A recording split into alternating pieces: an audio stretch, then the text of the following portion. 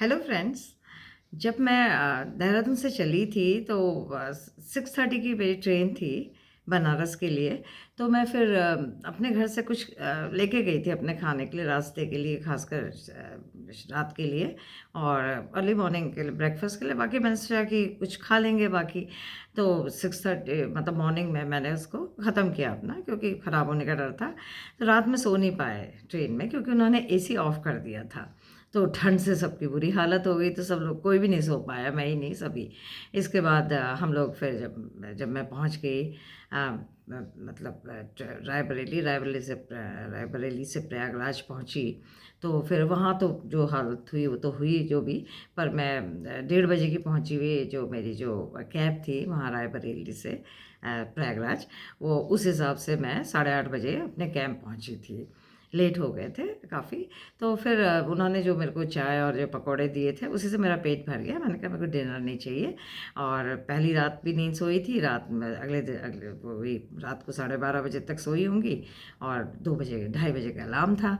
तो वो रात भी मैं नहीं सोई, और फिर सुबह भी बिना ब्रेकफास्ट के चले गए। और फिर लंच भी नहीं किया वहाँ, मतलब अपना घूम घाम के करीब 12 साढ़े 12 बजे हम वहाँ से निकल गए थे घाट से। तो पहले तो मेरे से एक तो जैकेट पहनी थी, धूप बहुत थी। और वहाँ हमारी तरह जैसे बाकी जगह ग्रीनरी होती है, वहाँ ग्रीनरी नहीं है। वहाँ सब जगह सूखा घास जैसा लगता है, मतलब कुछ भी ऐसा नहीं लगता ग्रीन हो, कुछ भी नहीं। एवरीवेयर इट इज़ ड्राई, मतलब बहुत सूखा सूखा सा। तो थोड़ा उससे और भी गर्मी, मतलब लगता है कि क्या है। तो पहले तो खैर मेरे को एक पुलिसमैन ने मुझे दे दी थी लिफ्ट, तो मैं आ गई थी। तो उस हिसाब से वहाँ थाने के मतलब काफ़ी चलना मेरा बच गया था। उसके बाद मेरे से चला नहीं जा रहा था, धूप बहुत थी। और जैकेट पहनी थी, क्योंकि जैकेट में कीज़ थी मेरे रूम की, मेरे बैग की। और कैश भी था, फ़ोन भी था, तो और निकाल दी माना, और कहीं गलती से छूट गई तो इसे पहन ही रही, तो उससे और भी गर्मी लग रही थी पहनने से। और ऊपर से इतना धूप अलग, और भूख भूख से भी बुरा हाल। मैंने सबको चाय पकौड़े खिलाए, पर खुद नहीं खाए, मन ही नहीं था। उस चक्कर में क्या हुआ कि भूख भी थी, नींद भी थी, हैंगओवर था नींद के बिना। तो उस चक्कर में चला नहीं जा रहा था। तो उन्होंने एक अभी दो मुश्किल से 2 किलोमीटर होगा, 2 किलोमीटर हमारा कैंप। तो उन्होंने किसी को एक लड़के को रोका, उन्होंने मस्ट बी अराउंड 30-35 रहा होगा। तो ही वॉज ए बैंकर। तो उसको बोला कि मैडम को अपने बाइक में बिठा दो। तो मैं बैठ गई। तो फिर उसके बाद मैंने कहा कि मुझे वहाँ रोक देना, मडोका गेट के से पहले। मैंने कहा फिर मैं चली जाऊँगी खुद ही। तो कहता ठीक है। तो फिर उसके बाद वहाँ मडोका गेट स्ट्रेट जाना होता है, उसके बाद उसने राइट ले लिया, मडोका रोड ले ली। तो मैंने कहा ये कहाँ जा रहे हो? कह रहे मेरा घर इधर पड़ता है। मैंने कहा तुम्हारा घर इधर पड़ता है, मेरा, मैंने कहा मेरा तो कैंप जो है इधर है, हमारा जो टेंट है, मैंने कहा इधर है। तो मैंने कहा तुम यहीं पे मुझे रोको। He didn't listen to me, चलता गया चलता गया। मैंने कहा ये तो बिल्कुल स्ट्रेंज जगह है मेरे लिए, मैं तो यहाँ कभी आई नहीं हूँ। ये तो तुम कहीं और ले जा रहे हो, बाजार में पहुँच गए हम लोग। और बहुत स्पीड उसकी क्या थी देखने लायक, मतलब इतना तेज़ चल रहा, पता नहीं क्या दिमाग हो रहा था उसका। और उसके बाद वहाँ पे मैंने देखा कि कुछ भंडारा चल रहा था, लोग बहुत से इकट्ठे थे और खा पी रहे थे। तो वहाँ से भी उसने इतनी तेज़ चलाई गाड़ी, जबकि रोड एम्प्टी थी, कोई भी ट्रैफिक नहीं था। वहाँ पे एक लेफ्ट में एक कार खड़ी थी। वो पता नहीं इतने कार के पास से क्यों रहा है, मुझे समझ में नहीं आया। उसका दिमाग ख़राब हो रहा था, गर्मी से शायद वो होगा उसका भी। और इतना पास लाया कार के कि मेरा जो लेफ़्ट जो पाँव थोड़ा सा बाहर रहता है, जब स्कूटर में ऐसे करके बैठते हैं दोनों तरफ पाँव करके, क्रॉस करके नहीं बैठी थी, लंबे पाँव दोनों ही तरफ से जैसे बैठती हैं लेडीज़ जनरली। तो मेरा जो लेफ़्ट पाँव था, वो ज़ोर इतना फुल स्पीड से चला, इसने गाड़ी के पास इतने ज़ोर से लाया कि मेरा पाँव जो है ऑलमोस्ट 180 डिग्री घूम गया। इतना मतलब स्नीकर्स के बावजूद इतनी चोट, इतना ज़्यादा जो उसका इम्पैक्ट था कि उसकी आवाज़ से जो जिसकी कार थी वो बाहर आ गए सब लोग। और जितने भंडारे वाले थे सब उधर देखने लगे क्या हुआ। और मैं चिल्लाई, मैंने कहा कि रोको गाड़ी। वो डर गया, उसने रोकी गाड़ी, अपनी बाइक रोकी। मैंने कहा अब मैं उतरी। मैंने कहा तुमने मेरा पाँव जो है तुम इधर लाए क्यों पास, इतने इतने पाँव क्लोज में क्यों आए तुम? तो चुप था, उसके पास कोई आंसर नहीं था। मैंने कहा तुमने मेरा पाँव जो है इतना बुरा हर्ट हुआ है, मैंने कहा मेरी एंकल जो है बहुत ज़्यादा चोट आ गई है, मेरे से चला नहीं जा रहा है, मैं कहा जस्ट बिकॉज ऑफ यू मैं तुमसे पैदल से कहती रही कि मुझे वहीं उतार दो, वहीं उतार दो, यू डिडंट लिसन, और मैंने कहा तुमने अब मेरा ये हालत कर दी है। मैंने कहा मेरे को चला नहीं, मतलब मुझे बहुत मुश्किल हो रहा है और तुम यहाँ नहीं खड़े रहोगे। मैंने कहा तुम यहाँ से जाओ।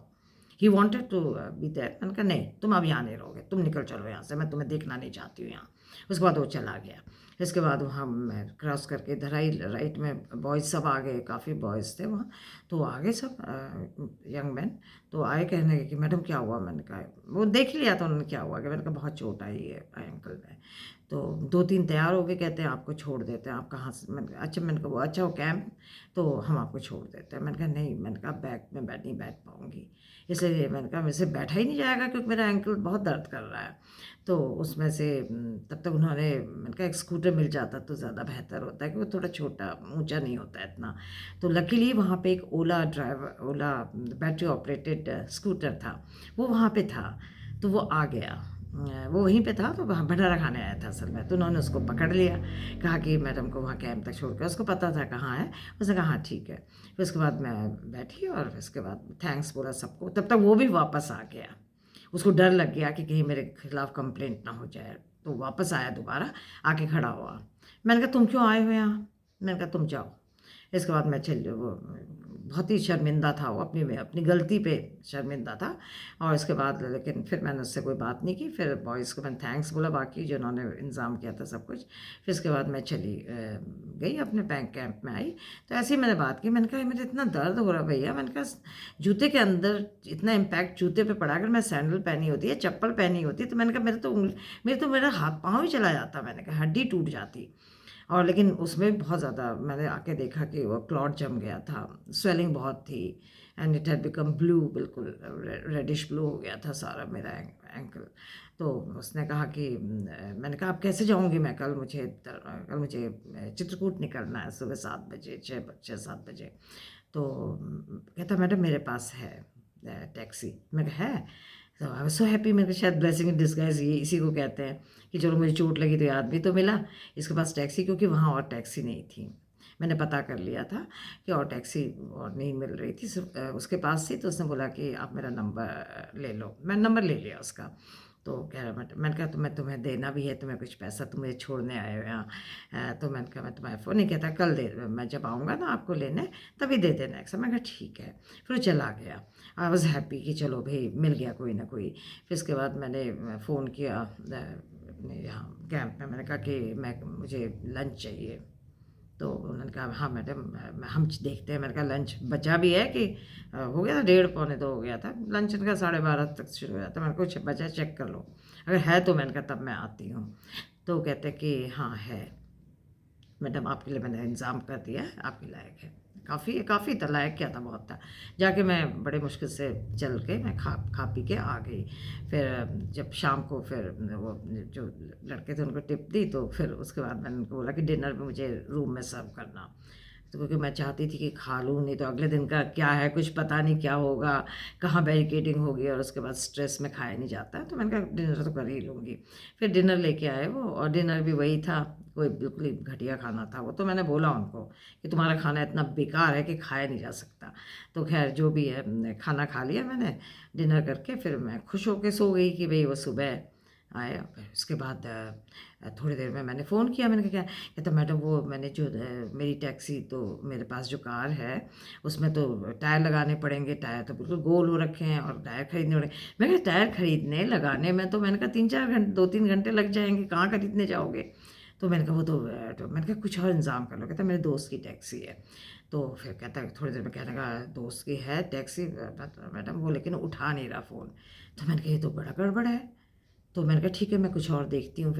फिर मैंने एमएमटी से किया, बुक करना चाहा, तो पता चला कि एमएमटी ने तो मना कर दिया कि because of this barricading no driver और no taxi will be available. Oh, अब मैंने समझ नहीं, अब मैं क्या करूँ? अब फिर मैंने उसको फिर से फ़ोन किया। कहता मैडम वो दोस्त तो नहीं उठा रहा, अब देखता हूँ मैं कोई इंतज़ाम करता हूँ। अब मैं रात भर मैंने खैर पैकिंग तो शुरू कर दी। पैकिंग क्या करनी थी, एक छोटा सा बैग था, पर जो भी कपड़े थे बाहर निकले सब रखे। फिर उसके बाद मैं समझ नहीं आया, अब सुबह अगर मुझे निकलना है तो मुझे 10 o'clock तो मेरी वो है चेकआउट है यहाँ से। अगर नहीं होता है चेकआउट मेरा 10 o'clock, माना नहीं आती टैक्सी, तो बहुत मुश्किल हो जाएगा मुझे, क्योंकि मुझे 22,000 पर डे का देना पड़ेगा, कम भी देना पड़ेगा। 48,000 तो मैं 2 दिन का दे चुकी थी, अब 22,000 अगर माना कूपन भी लगाओ MMT का तो भी इतना देना पड़ेगा 20। तो मैंने कहा मैं क्यों दूँ यहाँ इस गॉड फॉर सेकंड प्लेस में, जहाँ कोई जगह ही नहीं है, न खाने के लिए कोई जगह, ना कोई होटल है, ना कहीं बाहर जा सकता आदमी, वहीं अंदर ही बैठा रहे कैंप के अंदर। तो मैंने कहा किसी भी कीमत में मुझे यहाँ से निकलना है, चाहे मुझे फिर सिटी में ही जाना पड़े, वहीं जहाँ पे वो रोड में भंडारा चल रहा था, या वहीं कोई होटल में चली जाऊँगी मैं बेशक, लेकिन यहाँ नहीं रहूँगी, चाहे मुझे 2-3 दिन यहीं रहना पड़े अगर बैरिकेडिंग के बाद भी। फिर उसके बाद मैं सीधे फिर वाराणसी जाऊँगी ट्रेन पकड़ने, फिर अपना अयोध्या चित्रकूट सब कैंसिल करूँगी, ये सोच लिया था मैंने। फिर इसके बाद सुबह मैंने फिर उसको फ़ोन करा, तो वो सो रहा था, वो जो आदमी मुझे छोड़ने आया सो रहा था। मैडम मैंने कहा तुम उठे नहीं अभी? मैंने कहा मैं तो उठ चुकी हूँ। कहता कि मैं अपने चाचा की गाड़ी ला ला रहा हूँ। तो मैंने कहा ठीक है, पर मैंने कहा तुम तो सो कब उठो? कहता अभी थोड़ी देर में उठता हूँ। फिर उसके बाद मैंने कहा ठीक है उठ जाओ, और मैंने कहा मैं तो तैयार हूँ जाने को 7 बजे के हिसाब, 6:30 बजे के हिसाब से। फिर इसके बाद फिर फ़ोन किया तो 2 बार उसने पिकअप ही नहीं किया। अब मैं घबरा गई, मैंने कहा अब तो बहुत मुश्किल है, अब तो निकलना ही पड़ेगा यहाँ से कैसे भी, और सिटी में जाना पड़ेगा। और तब तीसरी बार थोड़ी देर बाद मैंने फिर फ़ोन किया, तब उसने उठा दिया, कहता चाचा की गाड़ी मिल गई है और चाचा और मैं आ रहे हैं। ओह! मेरे को इतना आराम मिला, मेरे को लगा उफ़, जान जान बच गई मेरी, नहीं तो मेरे को तो बहुत ही स्ट्रेस होने लग गया था कि अब मैं क्या करूँगी। फिर और जब वाराणसी से ट्रेन पकड़नी थी, और कोई ट्रेन भी नहीं है कहीं, और कोई टिकट नहीं, एक ही जो AC फर्स्ट क्लास का मेरे पास है, उसके बाद तो और कुछ था ही नहीं मेरे पास कोई चारा जा बाहर निकलने का, वापस देहरादून आने का। तो फिर मैंने कहा ठीक है आ जाओ तुम। और सच में वो ठीक 6:45 लोग पहुँच गए दोनों।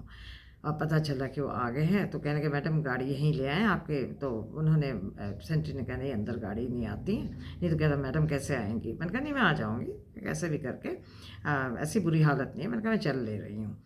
बेशक दर्द है बहुत, स्वेलिंग भी और क्लॉट भी हो रखा था, ब्लू हो रखा था पूरा एंकल स्वेलिंग से। फिर इसके बाद मैं फिर हम बैठे, फिर उसके बाद चलने लगी। उसको वो वहीं का लोकल है, आउटर से निकाली उसने गाड़ी, कहीं बैरिकेडिंग नहीं थी, बिल्कुल नहीं, थ्रू क्लियर। काफ़ी 1 घंटे तक हम लोग वो चलता रहा, ड्राइव करता रहा। उसके बाद फाइनली हम लोग फिर पहुंच गए एक जगह पे, जहाँ हाईवे में जब पहुंचे पता चला वहाँ तो लंबा जाम है, और बैरिकेडिंग नहीं है बेशक, पर जाम है। आप क्या करेंगे? इसके बाद क्योंकि 2 जगह से ट्रैफिक आ रहा था, तो उस चक्कर में जाम ज़्यादा हो गया था, पता नहीं कुछ किसी वजह से। और काफ़ी 10-15 मिनट बैठे रहे सोच के शायद फिर उसके बाद उसने फिर उसने वहाँ से रिवर्स की गाड़ी, फिर वहाँ से फिर वो कहीं दूसरी जगह पे रूट लिया उसने। फिर वहाँ से भी हम लोग काफ़ी दूर गए, तो पता चला वहाँ भी जाम है। अब समझ नहीं आया कि अब कहाँ जाए। क्या मैडम अब वापस चलेंगे? मैंने कहा वापस? मैंने कहा कैंप जाने की बात कर रहे हो? मैंने कहा वहाँ नहीं जाना। मैंने कहा तुम मुझे कहीं सिटी में छोड़ देना, वहाँ मैं अपना कहीं इंतज़ाम कर लूँगी। नहीं नहीं मैडम, हमने तो आपकी ज़िम्मेदारी ली है, आपको पक्का चित्रकूट तक मेरे को ले जाना है, आप इसकी फ़िक्र न कीजिए। 6,000 दे हैड आस्क्ड। मैंने कहा हाँ ठीक है, तो बहुत सही था, क्योंकि जिस तरह के लाले पड़ रहे थे कैब्स के, तो उस हिसाब से तो बहुत सही था। तो फिर मैंने कहा कि उसके बाद जब पहुँचे तो वहाँ भी जाम था सेकंड में भी।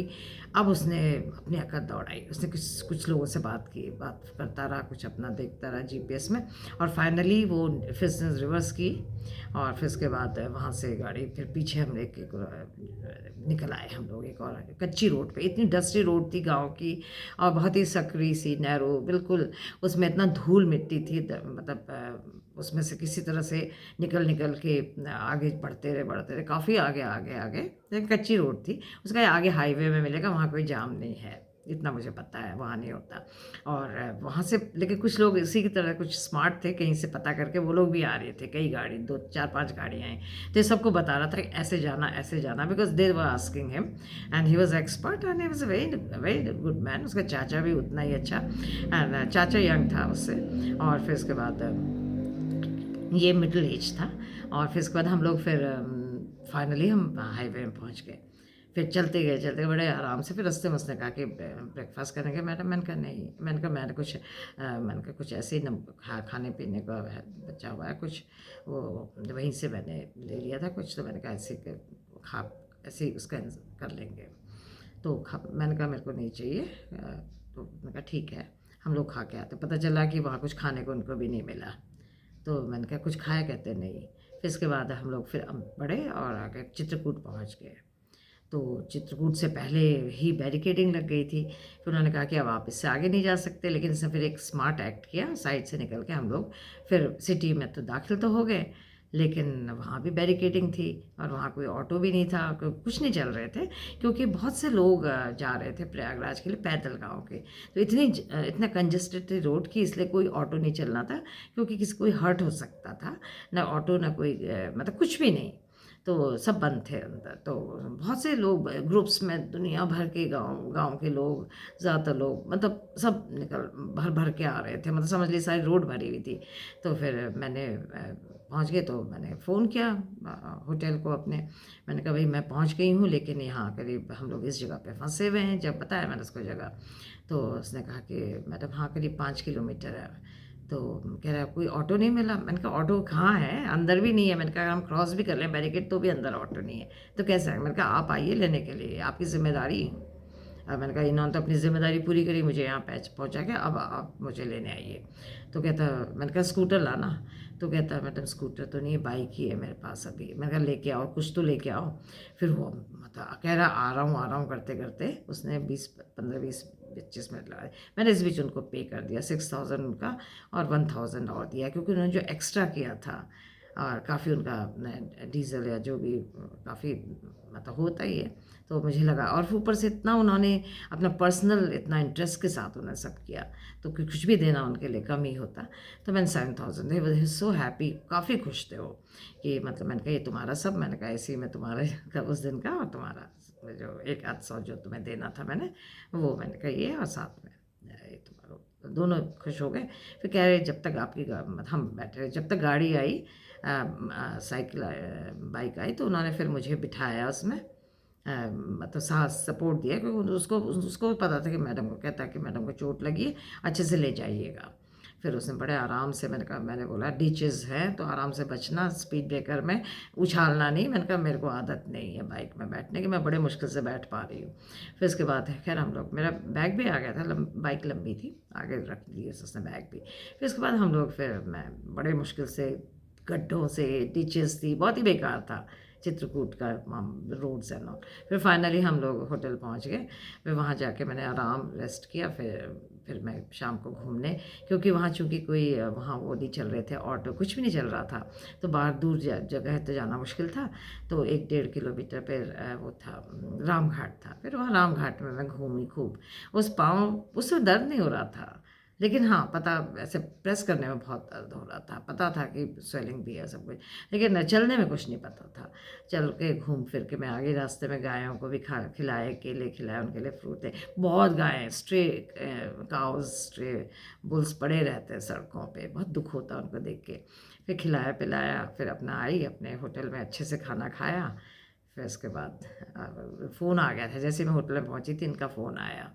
जो ड्राइवर था मेरा, जो मुझे छोड़ने आए थे, चित्रकूट लेके आया था, मैडम पहुंच गए होटल? मैंने कहा हाँ। मैंने कहा थैंक यू सो मच। मैंने कहा तुमने बहुत किया। कहते नहीं मैडम ये हमारी ड्यूटी थी। देखिए ना, इस तरह से हर कोई अपनी ड्यूटी समझे तो कितना अच्छा लगता है।